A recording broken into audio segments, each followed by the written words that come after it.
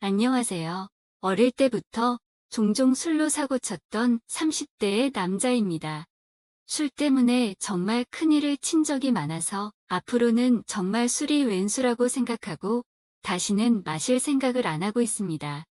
술을 인사불성이 될 때까지 퍼마시고 엄청난 실수를 한 적이 여러 번 있었지만 여전히 비밀로 간직하고 있는 가장 중요한 이야기를 한번 풀어볼까 합니다.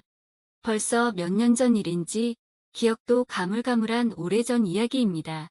그래도 워낙 충격적인 일이라서 아직도 생생하게 기억하고 있죠.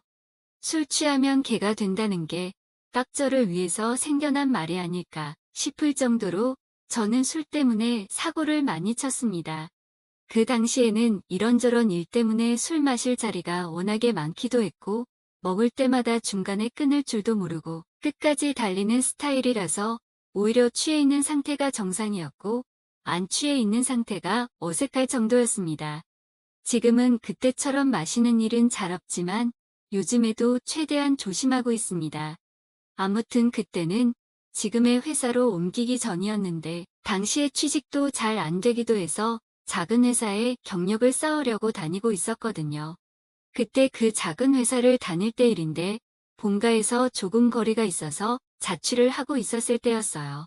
그 당시에 자취하던 데서 알게 된 대학교에 다니던 여자친구가 있었죠. 그때 만나던 여자친구한테는 지방에서 대학교에 다니던 여동생이 있었어요. 승무원 준비한다고 들었는데 여자친구와 사귀게 된 지 얼마 안 돼서 한번 만날 기회가 있었어요. 역시 승무원을 준비해서 그런지 몸은 여친보다 조금 말랐지만 얼굴은 정말 너무나도 예쁘더라고요. 여자친구도 외모가 어디 가서 빠지는 타입은 아니었는데 여동생은 여자친구보다 더 예뻤어요. 동생을 처음 봤을 때 여자친구한테 동생이 더 이쁘다고 했다가 등짝을 강하게 한 대 맞은 게 기억이 나네요. 그 정도로 미모가 뛰어난 동생이었습니다. 그래서 밤에 번화가에서 한잔하려고 그 두 명하고 같이 걸어다니면 주변 남자들이 다 부러워하듯 쳐다볼 정도였으니까요. 물론 그 시선이 저한테 오는 건 아니었고 여자친구랑 여동생에게 집중되었겠지만 아무튼 남들 눈에는 그 예쁜 여자 둘을 동시에 끼고 데리고 다니는 건 저였으니까 자랑스럽게 생각했습니다.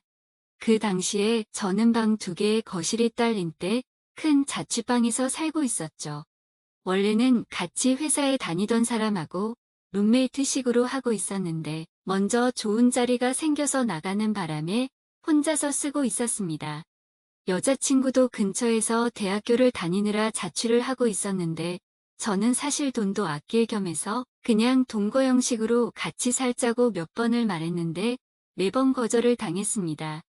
약간 서운했던 거는 칫솔이며 옷이며 다 내 집에다가 두고 다니고 있고 이미 거의 같이 살다시피 하고 있는 거나 마찬가지인데 진짜 같이 사는 것만큼은 한사코 반대를 하니 좀 그렇더라고요.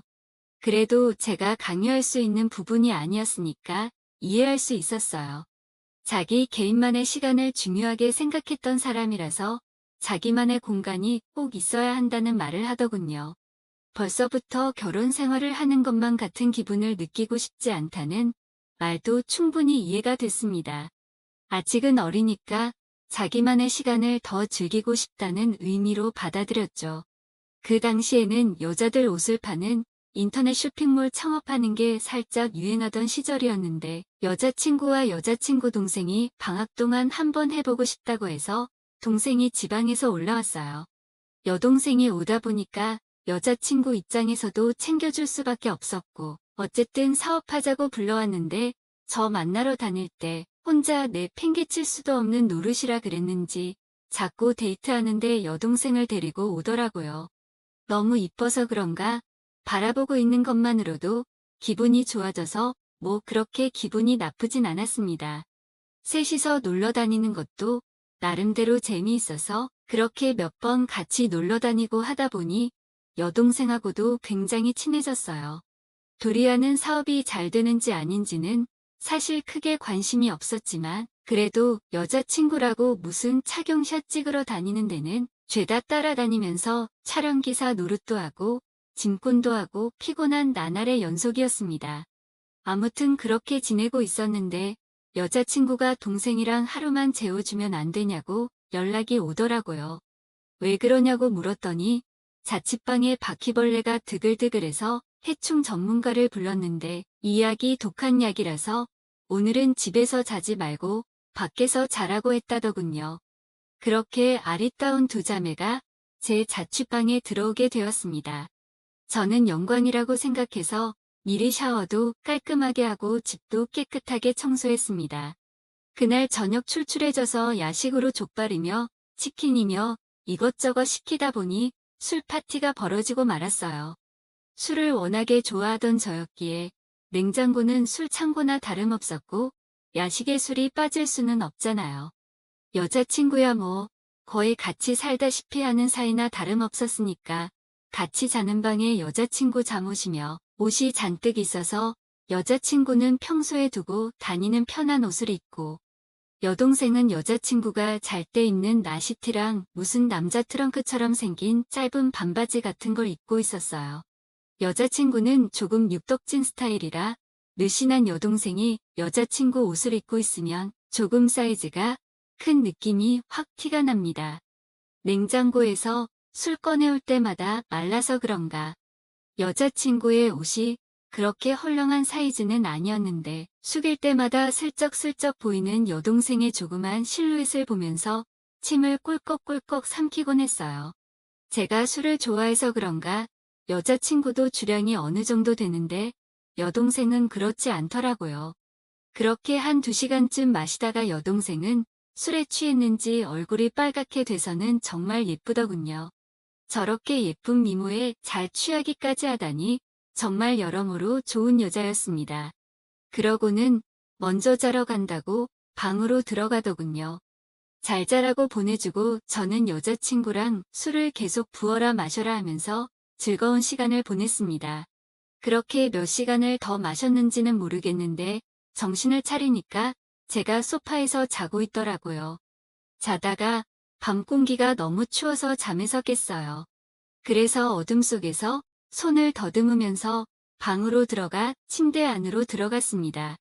여자친구가 이미 누워서 자고 있더라고요. 추워 죽겠는데 소파에서 잠든 저를 깨우지 않고 내버려뒀다는 생각에 괘씸해서 뒤에서 여자친구를 끌어안았습니다. 여자친구의 동생이 한 지붕 아래에 있다는 묘한 흥분감의 어둠정 속에서 자는 여자친구를 깨우지도 않은 채 애정 표현을 시작했어요. 술이 많이 취했는지 아무 미동이 없더라고요. 한참을 하는 중에 버릇처럼 그대로 나시티 안으로 손이 갔는데 저는 그만 그 자리에서 몸이 굳어버리고 말았습니다. 수백 수천 번도 더 만져봐서 너무 잘 알고 있습니다. 내 손 안에 그 촉감을 제 몸은 기억하고 있죠. 여자친구라고 하기엔 그 사이즈가 밥 그릇보다 조금 더 작은 것이 제 손이 닿아 있는 몸의 주인이 누군지 뒤늦게 깨닫고 만 것이었습니다. 그렇습니다. 제가 그렇게 뒤에서 열심히 일을 치르고 있던 상대는 여자친구가 아니라 바로 여자친구의 여동생이었던 것이죠. 큰일이 났다고 생각했습니다.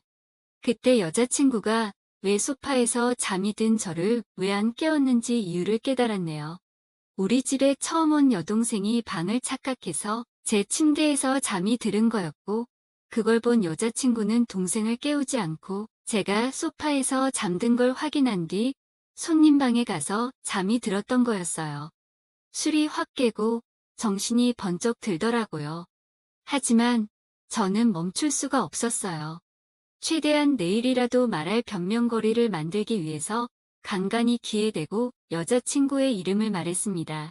집중이 잘 안 됐지만 어떻게든 그렇게 끝장을 보고 저는 아무 일도 없었던 것처럼 원래대로 만들어 놓고 조용히 소파로 와서 한참을 누워 있었습니다. 지금 내가 무슨 짓을 한 거지 하면서 한참을 생각했는데 또 정신을 차리고 보니 이미 해가 중천에 떠 있더라고요. 한참 술판을 벌려놓은 건 다 정리해놓고 식탁 위에는 재워줘서 고맙다는 쪽지 한 장만이 있었고 이미 두 사람은 아침에 일어나 집에 돌아간 것 같더군요. 아무튼 그날은 그렇게 멍하니 먼 산만 바라보고 있었습니다. 그 뒤로 여자친구랑은 몇 달 더 만나다가 성격 차이로 헤어졌습니다. 여동생은 그때 그 일을 기억하고 있는 걸까요? 모든 사실을 알고 언니를 위해 비밀로 지켜준 것일까요? 진실은 저 너머에 있겠네요. 헤어진 뒤로는 뭐 그 어떤 소식도 들을 수가 없어서 잘 지내고 있는지 알 수도 없지만 가끔씩 그날의 일을 추억하고는 합니다. 지금도 승무원을 보거나 승무원을 준비하는 사람을 볼 때마다 그 동생이 생각납니다. 승무원이라고 다 예쁘고 아름다운 건 아니지만 그때 당시에 제 여자친구의 동생은 정말 누가 봐도 아름다운 친구였기 때문에 종종 생각이 나곤 합니다. 아무튼 술쟁이의 사연은 이만 여기서 줄일게요. 오늘의 사연 여기까지입니다. 지금까지 읽어주신 모든 분들 감사합니다. 구독과 좋아요, 알림 설정 눌러주세요. 그럼 모두들 행복한 하루 보내세요.